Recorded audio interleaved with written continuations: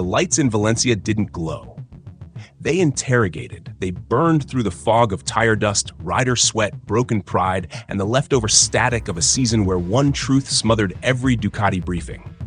Marc Márquez was the sun. Pecco Bagnaia was just orbiting it.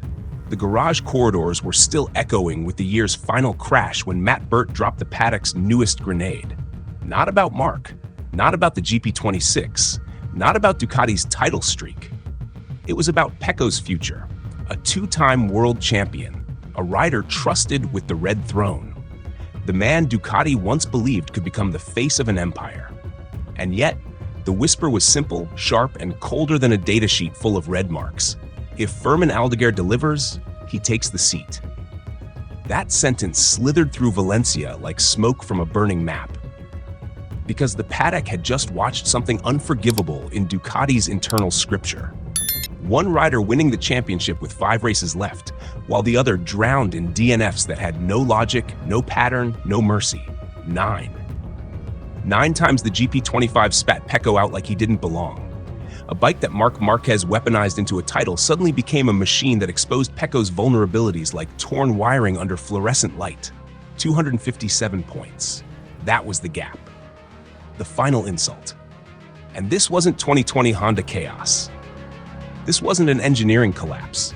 This wasn't a development freeze. This was Ducati, a factory that forgives nothing and forgets even less. Pecco walked into the postseason test needing salvation, not improvement. What he got was a GP26 prototype that felt smoother, calmer, more obedient, better corner entry, better balance, better breathing room. He said the pace felt significantly better. He ended the test with peace of mind, but peace meant nothing. Because the test didn't erase the standings. It didn't erase the DNFs. It didn't erase Marc's title. It didn't erase that Ducati now had 4 GP26 level bikes on the grid for 2026, gathering data at a rate Pecco had never been outnumbered by before. Marc in factory. Pecco in factory. Álex Márquez and Gresini on GP26 support. Fabio Di Giannantonio in VR46 on GP26 support. All of them feeding Bologna the truth about who adapts, who fights, who cracks, who evolves. Pecco no longer stood against one teammate. He was now standing against an entire multi-team organism. And inside that organism, quietly sharpening his teeth, lived Fermin Aldeguer, a newcomer with a Ducati contract, a Mandalika GP winner, a Rookie of the Year, a 19-year-old who rode with the eyes of a rider who didn't care whose career he stole on his way up. Matt Burt called it hot gossip.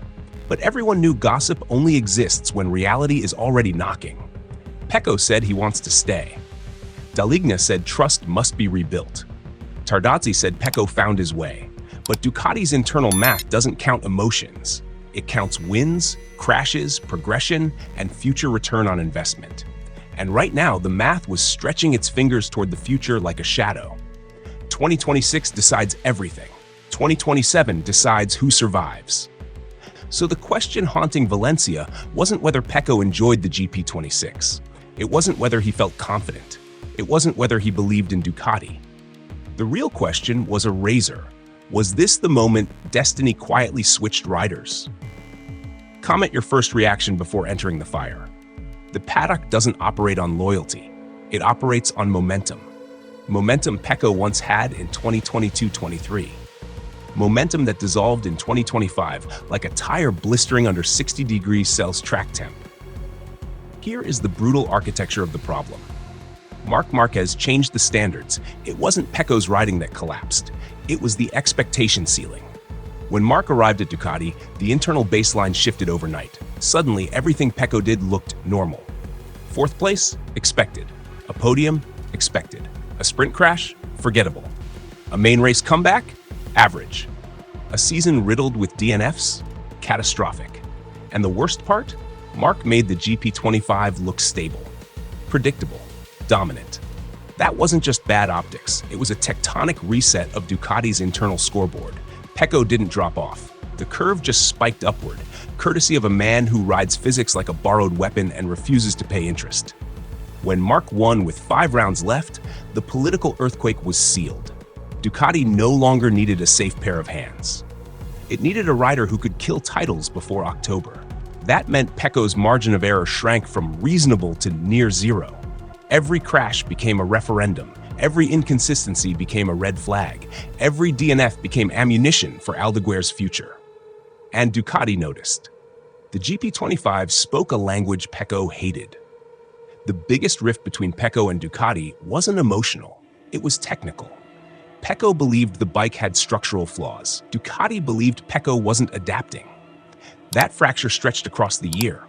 One camp said electronics, another said corner entry load, another said weight transfer.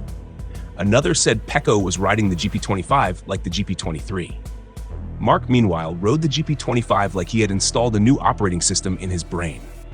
Trust broke, not publicly, but in small comments, sidelong glances at debriefs, and engineers exchanging pixel-level expressions that told the truth long before microphones did. So when Pecco arrived at Valencia and immediately felt better on the GP26, it wasn't joy. It was desperation meeting relief. He needed a bike that spoke his dialect again, a platform he could control, not negotiate with. See, Ducati's future pipeline is full. This is the part most fans don't grasp. Ducati isn't a factory, it's a nation with a military of riders and only 2 thrones. 2026 will have 4 G26 spec machines. Marc Márquez, Pecco Bagnaia factory. Álex Márquez, Gresini.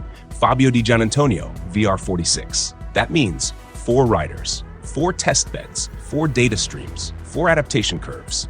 And Pecco will be compared against all of them, not just Marc. If Álex adapts faster, if Diggia shows better late race stability, if Pecco needs more sessions to understand electronics, if his racecraft looks defensive instead of attacking, Ducati will log it. Ducati will measure it. Ducati will evaluate it. And Ducati will whisper one word into their long-term plan, Aldeguer. Because the boy in Gresini isn't just a rookie. He's a prototype, the youngest Ducati weapon, a rider groomed in Moto2 with a style eerily similar to Marc's. Late braking, long corner hold, confidence under chaos, the ability to override a bike when it stops behaving. And most importantly, he's not afraid of taking someone's career slot. Aldeguer isn't here to join Ducati, he's here to inherit it. Pecco isn't just fighting results, he's fighting time or reality. Pecco surely knows. He is 2 titles deep. He has achieved the goal he dreamed of as a teenager. He has fought Marquez, Martin, Bezzecchi, Quartararo, and survived the Ducati politics of 2024. But younger riders don't care. Aldeguer is 19, Acosta is 21. Bezzecchi is entering peak age. Martin may burn hot or burn out, but still brings speed. Álex Márquez is in his career resurrection. Diggia is more stable than ever. If Pecco wants a 2027 seat in Ducati, he must crush all of them, not edge them, not settle behind them, not manage seasons. Crush. Ducati doesn't trust stability. Ducati trusts dominance. They renewed Marc first. They will let 2026 decide Pecco's fate. They will not rush. They will not commit early. They will watch, measure, calculate. And Pecco knows this because he lived it from the other side in 2023 when Ducati nearly picked Jorge Martin as the next flagship rider. The same machine that made Pecco king can remake him into a stepping stone. And that's where the psychological noose tightens. Even if Pecco outperforms Álex and Diggia, even if Pecco looks better on GP26, even if Pecco finishes top 3, his future is not guaranteed. Why? Because Ducati does not operate on the past. They operate on the future. And in the future, the fastest thing wearing red might not be named Bagnaia.